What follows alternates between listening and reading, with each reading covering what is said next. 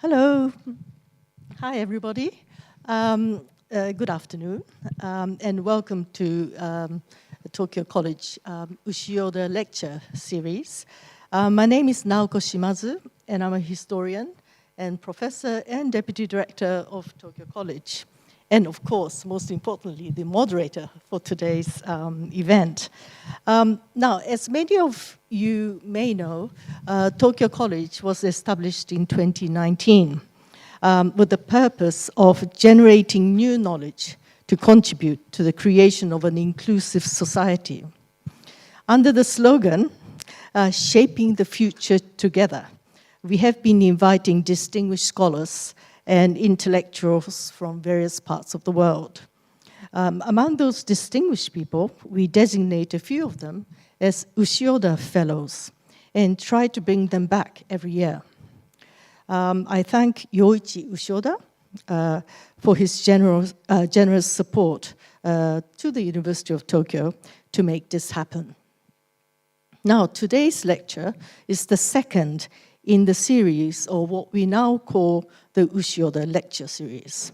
And we are very privileged to have Alastair Morgan, who's led an illustrious career as a British diplomat, with diplomatic postings in Tokyo, Beijing, Guangzhou, and Pyongyang. As an Ushioda Fellow since 2021, some of you may have heard his previous webinars given at Tokyo College on important topics on the international relations of East Asia concerning Japan, China, and North Korea. Now, it has been a great privilege to have him as one of the Ushioda Fellows, and I particularly, as somebody who works on diplomacy, have been thrilled to have Alastair as one of our colleagues. Now, just a word or two about today's format. This will be a 1-hour-long interview, which will be conducted in a conversational manner. So you're not going to get an official lecture, because there are lots of other opportunities to listen to those lectures at this university. Now, I think what I hope to do really today is to take this opportunity to ask some questions about his fascinating career. The kind of questions which, in order to basically to illuminate Alastair Morgan, the diplomat, obviously, but Alastair Morgan, the individual, the person, the kind of questions which are not usually asked in a more formal webinar topics that are more focused on foreign policy analysis and so on. So towards the end of the conversation, we will have time for a few questions from the floor. So if you are keen, please hold on to them and please ask them towards the end. So let us start. Alastair Morgan, it's absolutely wonderful to welcome you to this Ushioda series, and thank you so much for being part of us and also for making time today. So I'm going to start our conversation by asking you the question that many in the audience, I'm sure, would be interested in knowing. So why did you become a diplomat? Isn't that a fair question? And what made you think, this is it, this is what I want to be? Well, Naoko, thank you very much for your kind introduction, and thank you everybody for coming. It's good of you to say that it's a privilege for Tokyo College to have me as a Ushioda Fellow. I think it's really the other way around. It's a privilege for me to be here with you as an Ushioda Fellow. I'm very grateful for the opportunity I've had. I risk, though, getting today's conversation off to a slightly rocky start, because, in fact, the answer is that I'm not sure I ever did decide in one decision to become a diplomat and decide that this was it and it was not going to be anything else. But before everybody leaves and you turn off the mic, I better elaborate. And really, I took a series of decisions over decades, in fact.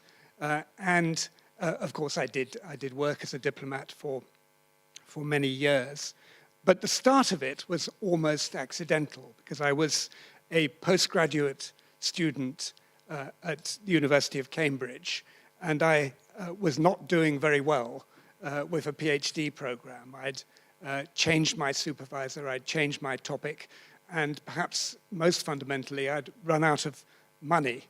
My funding had finished, and I was making a precarious living teaching undergraduates and teaching at an institution called the Workers' Educational Association. And I had to decide whether to continue doing this and complete my PhD, or to get a full-time job and to try to continue to do my PhD in my spare time. And I decided I needed to get a full-time job. And I applied for various jobs, and I was offered two. And one of them was to join the fast stream of the British civil service.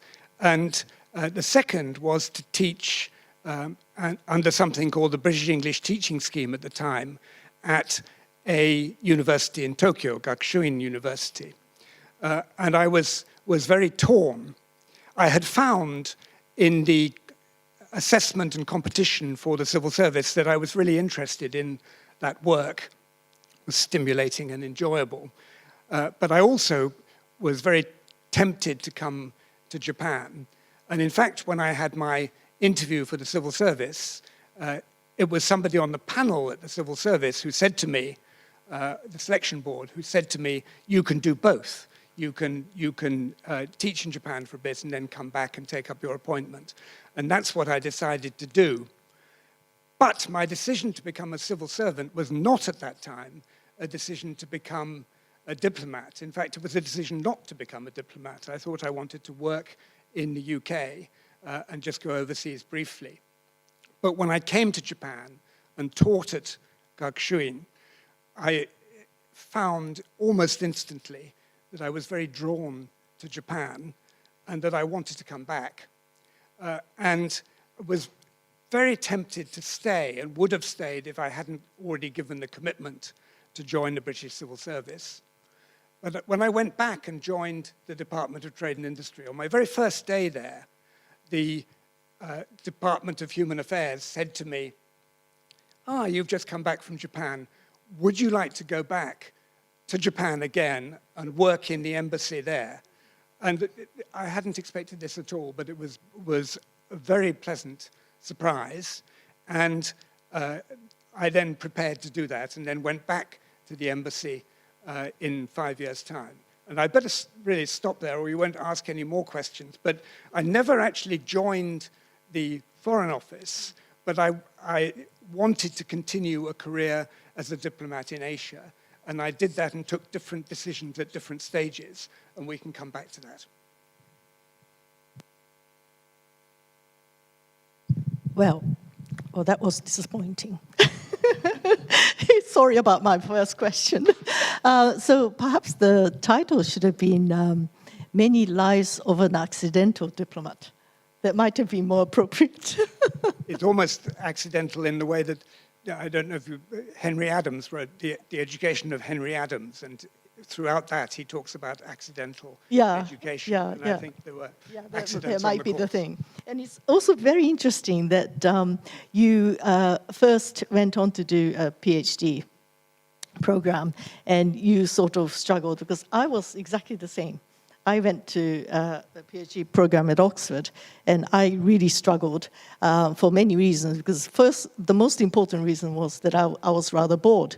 And I wanted to go and work in the finance section, City of London. So I was a banker for 3 years. So I think we all sort of take rather circuitous routes to arrive at where we end up. Now, okay, so... okay, I'm going to basically pretend that you were a diplomat. Okay. And so, was it what, I mean, you know, particularly after you got your posting in Tokyo, so was it what you thought it was going to be like? And how did the image that you might have had of being a diplomat live up to the reality of being one?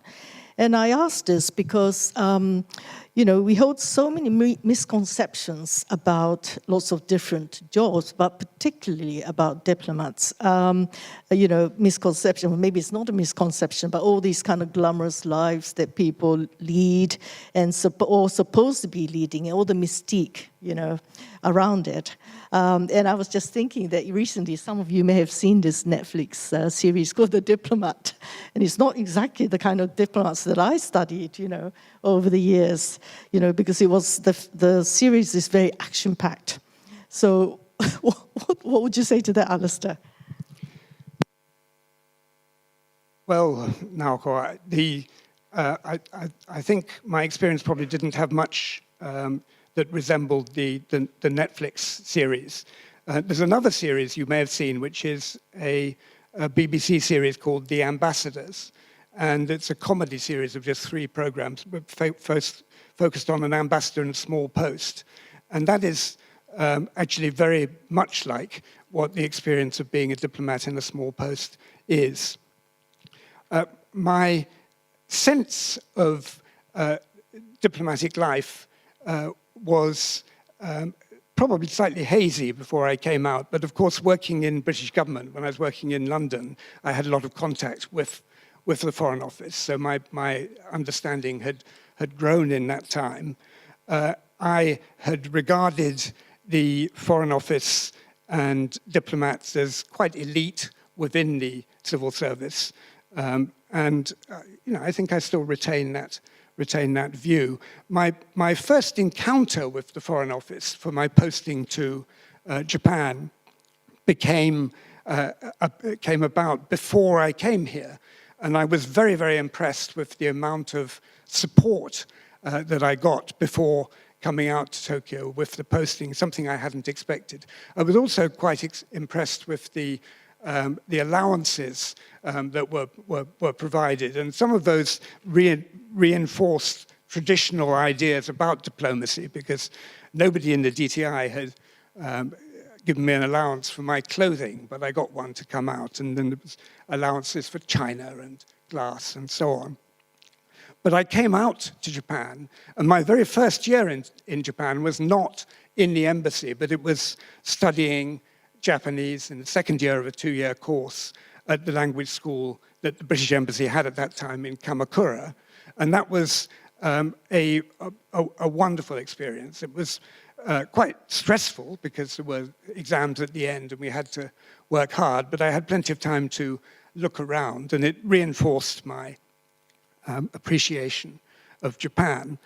I then moved into the embassy and had 4 years working in the embassy as a trade policy first secretary, and I found it an extremely stimulating and congenial place to work. It was, in some ways, quite like the image of diplomacy, because the embassy had a prestige. It had prestige with Japanese government. It had prestige back home as well. We had a lot of ministers visiting at that time. But I also found that in my own area of work, much more so than in London, I was able to determine what it was that I was focusing on, and I was responding to British companies, raising issues, and going in to have a lot of contact with the Japanese government. So I found it certainly fulfilled my ambitions for the start of a career in diplomacy, to the extent that I did take a decision in that post, to come back to your first question, which was that I wanted to do more of this and to come back. But I also wanted to work in the UK. So when I left, I went back to London, but with the ambition of coming back again to Japan. And in fact, I chose a job back in London as the, well, I went into a job as the operations director of the Invest in Britain Bureau, which would give me a route back to coming back to Japan again. I didn't at that time expect to have the career I had that went on from there to China and from there to the Korean Peninsula. But every step I took along the route made it more likely, I think, that would be a path that I followed, and less likely that I would spend my time back in the UK. But I didn't join the Foreign Office, and I expected to keep working in the UK, and I actually wanted to work in the UK as well as working overseas. Yes. So, you know, eventually, I'm going to get to the question of your 3-year posting in Pyongyang, because I know that a lot of people are very interested in this, and you've spoken about this over the years. But first, you've spent quite a lot of time in China, 8 years, I think, including your 4-year stint as the British Consul General in Guangzhou. And so in the British Foreign Office, is it common to spend such a long time in one country?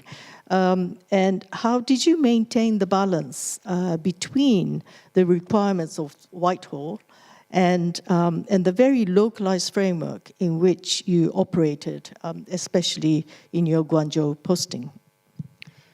Well, Naoko, thank you. There are a couple of questions there. And to take first your question about whether it's normal to spend so long in one country. I spent, over my career, 10 years in Japan, mostly at the embassy, but also on loan for one period to the Japanese Ministry of Economic Trade and Industry. And as you say, 8 years in China. And it's quite standard in one sense to do that. The Foreign Office or Home Departments even invest quite a lot in their diplomats, in training them, and particularly in providing language training. You know, I was salaried for the year when I was learning Japanese. I was salaried again when I went on to learn Mandarin. I continued to study Mandarin in my own time and at my own expense, but there's an investment there. What was not common and standard was to do back-to-back postings like that. It's not something that the Foreign Office actually really approves of, and in fact it's something that they basically try to prevent. And my postings were not just 2 consecutive postings in China, but I came across from a posting in Japan. I was abroad from 2001 to 2014, and that is a very long time. You risk becoming out of touch with the UK if you do that. In terms of my postings in China, the posting as Director of Trade and Investment in Beijing was a very challenging posting. I would say even including being ambassador in Pyongyang, it was probably in many ways the hardest posting of my career. It was very, very heavily loaded and with enormous interest at that time from the UK, with a lot of pressure from the Prime Minister, number 10, to build up trade and investment relations with China. I was the Director of Trade and Investment in Beijing, responsible for a team there, but also with teams in Guangzhou, in Chongqing, in Shanghai. And one of the things I remember was that I had to travel a lot to those teams. And to start off with, I wasn't allowed to use any mobile communications. The world has changed. But I just found that it was going to be impossible for me to continue to do the job and keep on top of the work in Beijing if I couldn't communicate while traveling. So I had to get permission from London to communicate with Beijing while I was traveling, even though it wasn't secure. Otherwise, I couldn't keep up with my email as well as managing the teams. In Beijing, I didn't have a problem with the network, if you like. I was running a network.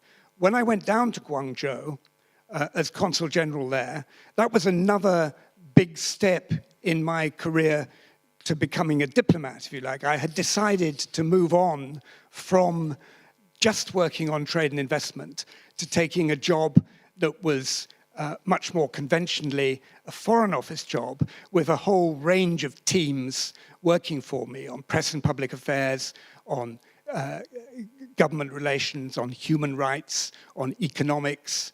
I actually had defense visits. I had a police liaison officer. I had a consular team, visa issuing. So a big post with 100 or so people and a big area. The area covered was about the same size, 6 provinces of South China, as France, the United Kingdom, and Ireland together. But Guangzhou was a subordinate post, and the communication from London often came through Beijing. And that could be frustrating. I found on the whole that it could all be made to work, and that the networking was fine. In some areas, like climate change and energy, it was really good. But I know that some of my staff did find that they were a bit cut off from their line managers in other posts or from the UK. Does that answer your question, or have I missed something that you wanted addressed? No, it does, because it's just, it's very interesting to hear about how networks work, right, within the British, I guess, diplomats' world in China, and also the connection with Whitehall, because this kind of issue crops up a lot when I studied, what was happening 100 years ago. But it's still interesting that these kind of issues are still, prevalent in obviously different ways, but that connection with Whitehall and also connection with the capital, right, in each of these countries that you may have been posted to, is I think that sort of network and the efficiency of communication is one of the, I think, really important aspects of running this kind of diplomatic operation, I think. Okay, so I'm going to go now and ask you about your posting as ambassador in Pyongyang. So in what ways was this posting in Pyongyang different from your other postings? Well, it differed in many ways. In fact, it differed in, I would say, almost all ways from my previous postings. It obviously, for me, marked a further step towards becoming anchored, really, in diplomacy. One of the reasons I was able to apply successfully for the job was because I'd had experience in Japan and China, and that's one aspect of the job that I'll come back to. As a post, the embassy in Pyongyang is very small. It's located, the British embassy is located within what used to be the former East German embassy and is now the German embassy, alongside the Swedish diplomats who were in the same building in the French office.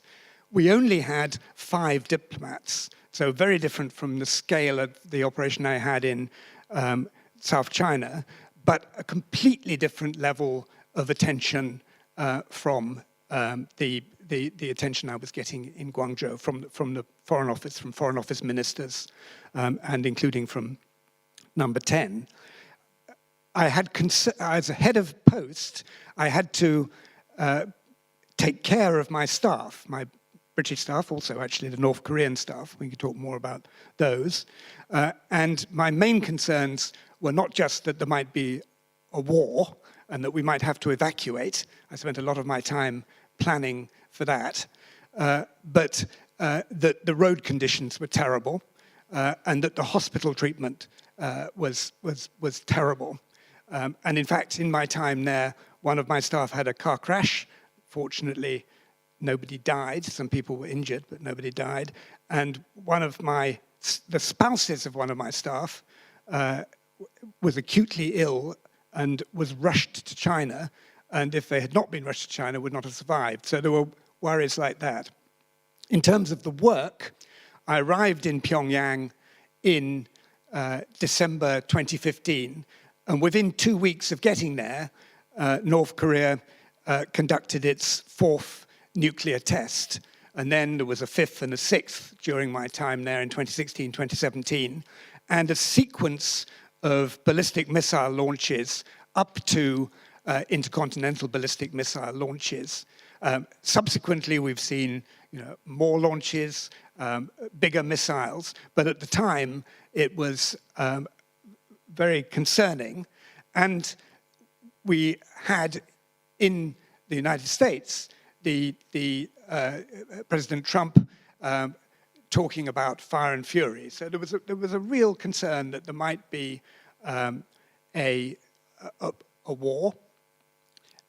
New for me was dealing with these issues. Of course, I'd been preparing before coming to Pyongyang, but I was not by background a securocrat, so it was a different range of issues. The environment was completely different. I mean, in Japan, obviously, you're in a like-minded Western-style democracy and completely free to move around, to enjoy life away from work.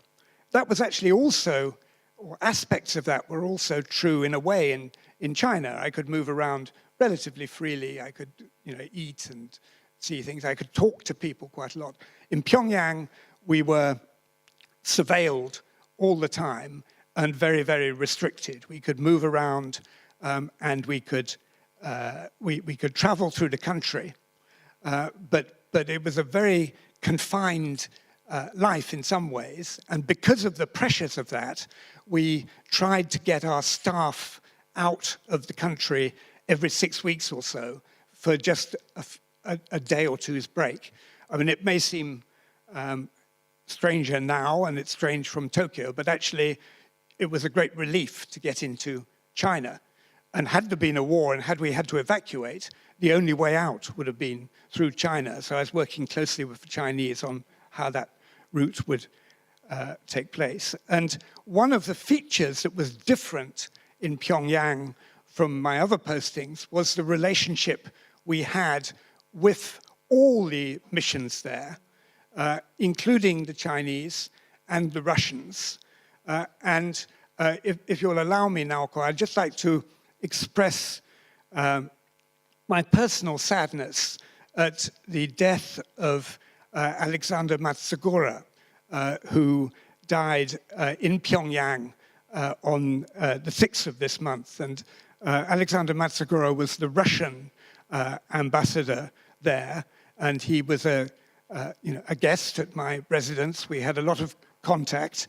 Clearly, even in 2015, after the seizure of Crimea, the British government didn't see eye to eye with Russia, but in relation to North Korea at that time, we were working closely together, and I'm pleased that I was there at a time when we were able to do that, and not after the invasion of Ukraine, when I think it would have been impossible.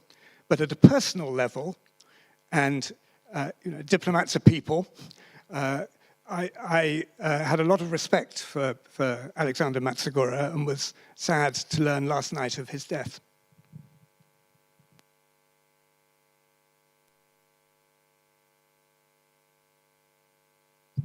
Sorry, it seems to me that the British embassy in Pyongyang was one of the few embassies, right, in North Korea. Am I right? And so you probably had to sort of act on behalf of other embassies or other sort of national like Britain sort of representing on behalf of other countries in Pyongyang. And so how did that work? Did it mean that your embassy, the British embassy, was sort of in charge of a lot of other kind of national representations in North Korea? That's an interesting question and an interesting aspect of my role there as ambassador. There were, I've now forgotten how many embassies, but a smaller number of embassies than in any other capital that I've worked in or visited. And in particular, there were a small number of resident European embassies, and there were no other Five Eyes embassies. So there was no United States, no Australia, no Canada, no New Zealand. US interests in North Korea were, their consular interests were represented by Sweden. And that was a very hard job for the Swedish ambassador. I was in North Korea when the American student Otto Warmbier was detained. And our role was limited to going to watch the show trial that he had and reporting back. That was unpleasant enough, but the Swedish ambassador had to try to maintain contact, and he did not find out, because he was not informed, that Warmbier had gone into a coma and was eventually taken back and died. So I was not representing the US, but traveling a lot of the time outside North Korea, and that was a core element of the ambassador's job, and actually almost unique for a British ambassador to have that role of traveling to Washington, to New York, also to Beijing, to Tokyo, to Seoul, to Canberra, to brief on what was happening in Pyongyang, and doing that at different levels. So doing it at the level of experts, people whose job it was to watch North Korea day in, day out, right up to the level, in some cases, of head of government, head of state. And so I actually spent quite a time outside. We did not represent, in political terms, those countries to North Korea. I was just representing the crown. We had responsibilities within North Korea for certain other nationals. So, for instance, Irish nationals, if there'd been an emergency, we'd have to get those out, help get them out. And there were other nationals on the staff of the non-government organizations that were in North Korea at that time. I mean, this question of when embassies or embassy from your own country doesn't exist in the place that you visit, that you kind of have to be, well, when you need help, you have to run into some embassy for this help. And I myself experienced this when I was working in the city of London, because I had to go to Guyana in South America a lot. And the Japanese did not have any representation there. I think the one that they had was closest was Suriname, next door. So luckily, one of my friends from Oxford was actually at the British High Commission. So, you know, I was told that, don't worry, if something happens, we can help you. But, okay, so I'm going to go... Could I just come back on that now? Please, yeah. I would spend a lot of time coming to Tokyo, and as well as briefing different Japanese ministries, I would also meet Diet men and women, Diet people, and talk about issues like the abductees. And one of the things that the Japanese government actually asked of me was whether in an emergency we would be able to assist with the evacuation of the abductees. In practice, this would have been almost impossible. I was also not able to give a formal commitment to do that, but I did give an informal commitment. I'd also say that on one occasion, a Japanese tourist in North Korea was taken into custody for persistently photographing when he'd been asked not to photograph things. And because there was no Japanese government representation there, we were able to contact the Japanese government, who were then able to contact the North Koreans through China. And I think that made a difference in terms of handling that case. So we could do some things, but what we could do was limited. And I should perhaps say that now, because we had to close it during COVID, there is no British mission in Pyongyang. but that was after my time. We never in the event had to close the mission and evacuate because of the escalating tension in 2017. But the border closures that the North Koreans put in place in 2020 eventually made it impossible to sustain the mission. We plan to reopen if we can, but it hasn't happened yet. Okay, so this is the million-dollar question, because I'm sure everybody's dying to ask you this. So did you meet Kim Jong-un? I don't get your $1 million. So the answer is no. And at the time I was there in 2016, 2017, Kim Jong-un didn't meet any diplomats at all. Obviously, in a state that has what it calls a monolithic leadership system, meeting the supreme leader matters, and it makes a difference. And that was obviously President Trump's thinking in establishing personal relations with Kim Jong-un. So clearly it was regrettable that I couldn't meet Kim Jong-un. Because nobody else could meet Kim Jong-un, and actually some countries were under greater restrictions than we were, and now looking back it seems strange, but China was actually being completely contained at that time in 2017 by the North Koreans because China was supporting the sanctions against North Korea. The Chinese government were very interested in hearing any views from Pyongyang, and not any views necessarily, but my views.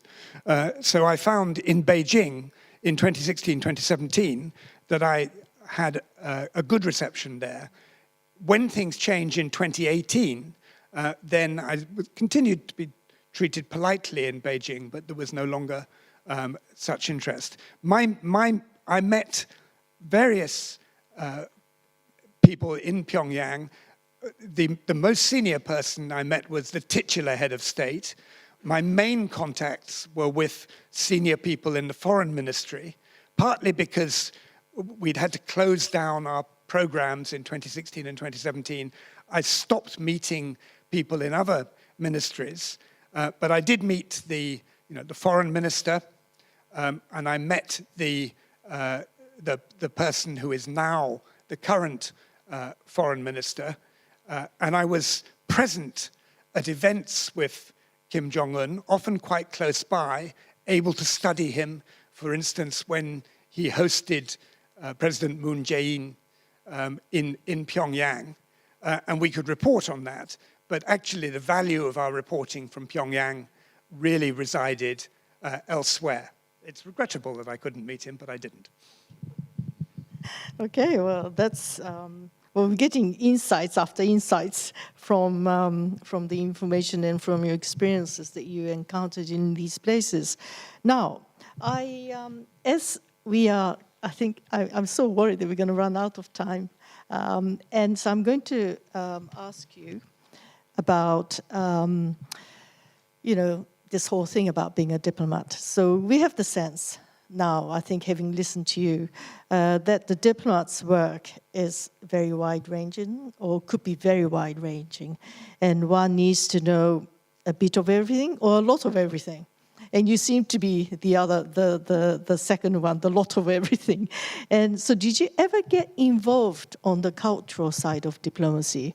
And I ask this because I think it's very interesting how different countries tend to create their own cultural stereotypes for cultural representations abroad. For instance, I would say Britain, it could be the afternoon tea, scones, images of country houses with herbaceous borders, like the ones run by the National Trust. And of course, the treasures of the British Museum. So I wonder whether you had any kind of experiences in this side of the cultural side of diplomacy. No, yes, I would say that any British diplomat, and it may be true for others as well, working overseas is likely to have some involvement with cultural affairs. When I was Consul General in Guangzhou, the British Council was treated as the consular department or consular section of as the cultural section of my Consulate General. That's the legal standing it has in China. I was very glad that it was at one point, because it meant that their premises were were diplomatic premises. And so when the Chinese, as they're doing now with Japanese cultural visits, suddenly cancel things at short notice, it meant that one could rearrange them in the British Council. I was particularly involved in education, promoting British education, and I was able to go and speak at a lot of universities in China, which some of my counterparts were unable to do. So the American Consul General in Guangzhou, the American diplomats in Beijing would have loved to do that, but they were prevented from doing it, but I was able to do it. What you say about the image of the UK overseas is true up to a point, and there are some other stereotypes, like the London bus, which keep emerging.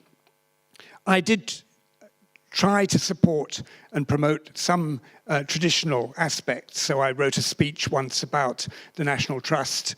I certainly tried to support traditional companies that manufactured dinner sets and so on.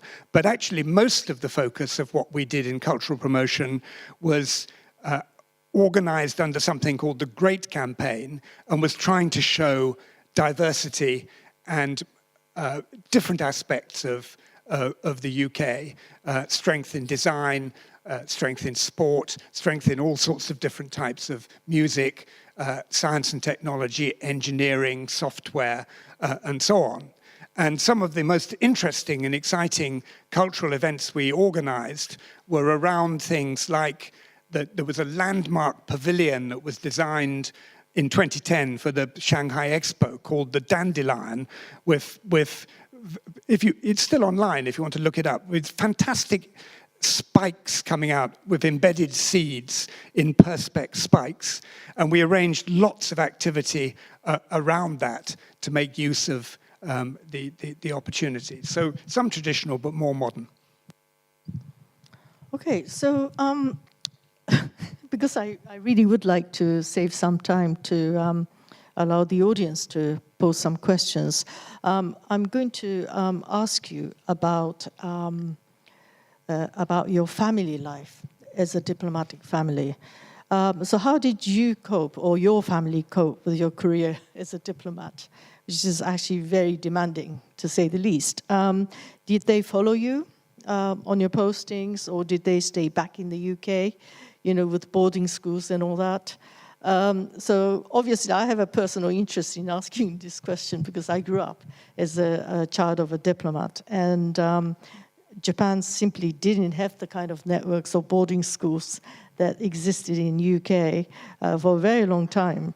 And so in the Japanese diplomatic service, most children beyond a certain age would essentially go back to Japan with the mothers, or basically stay in Japan and complete education in Japanese. So the male diplomat would be, the father would go on their own in what was called tanshin hunin, or sort of single person posting. And so we were an exception in that period, because the three daughters moved around the world basically as a diplomatic family. So we really did go along with our parents in so many different countries. So what did your family do? Well, it was similar to your arrangement, but my family came with me, but they weren't able to come all the way. So I'm married. My wife is Japanese. She's not a British national. She has a Japanese passport. And we have 3 children, a boy and 2 girls.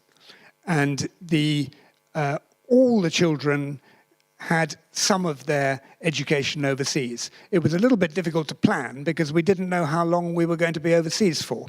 But the girls basically did all their schooling in international schools in Japan and China, and one of them entirely in the British system, the other in the US and British.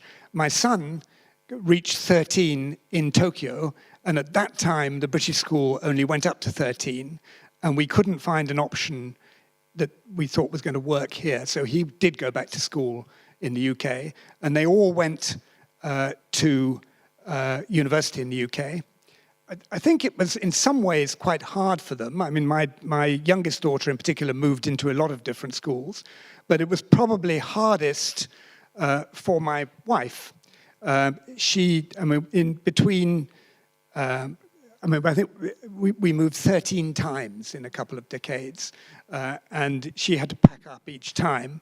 She had to look after the children while I was working. I had not anticipated how challenging she might find it going to a third country. She was fine in the UK, we're fine in Japan, and she was not happy when we first went to China. There had just been anti-Japanese demonstrations, and she was very, very nervous about it, but settled in. In Pyongyang, she accompanied me. The children didn't. It's a no-child post. But in 2017, in November, the British Foreign Ministry decided that the only people who could stay in the British Embassy were British diplomatic passport holders, which meant that everybody could stay in the British Embassy apart from my wife. So she had to leave. She was actually quite happy to leave at that point. The North Koreans had just launched missiles over Japan, but she would have liked to come back in 2018 when there was the peace initiative launched by the North Koreans, and when, frankly, the level of danger was certainly no higher than it had been in 2016 when she was allowed to be there. But she was not allowed to come back. And that was really quite disruptive, because we went on from there. I went on from there to New York. And actually, my wife never caught up with her possessions, which she was not allowed to go back and pack, for 5 years. But she's got them now.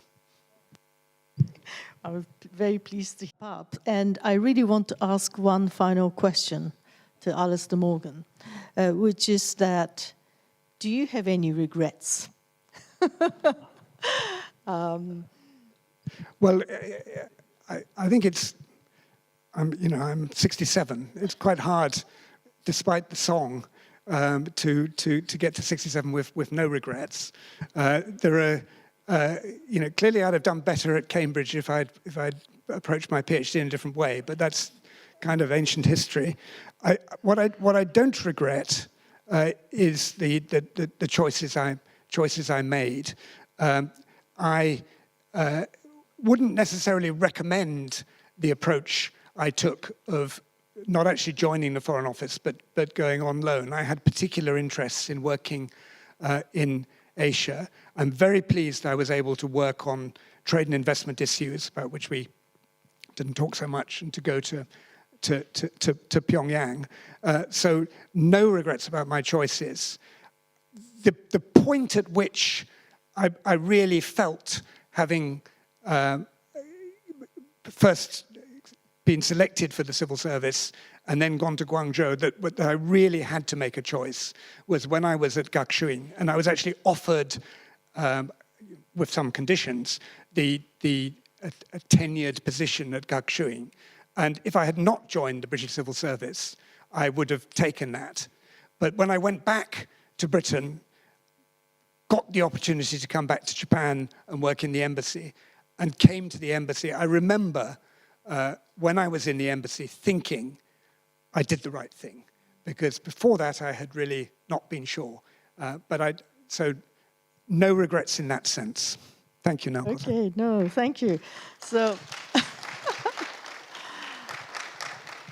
Yeah, well, I actually had a lot of other questions which I couldn't ask because we ran out of time. But for example, Alastair was the regional security expert and coordinator of the UN 1874 panel on, basically panel of experts on the North Korean sanctions, or DPRK sanctions. Also, there was a lot of your career was devoted to trade and investment, and also I could have asked questions about what did he like teaching at universities, because he has been teaching as Ushioda Fellow at the University of Tokyo. So I think we have to come to a close, and thank you so much for being so generous with sharing your experiences. And I think we got more than we bargained for, in the sense of like, wow, what an incredible life you've had. And we hope in some ways you will continue your writing, which is on sort of more kind of personal kind of writing that I also wanted to talk to you about, but we just didn't have time. So thank you so much, Alastair Morgan, for your time and your sharing of your career. Well, Naoko-san, thank you very much, and thank you everybody for coming, and sorry that there wasn't time for more questions.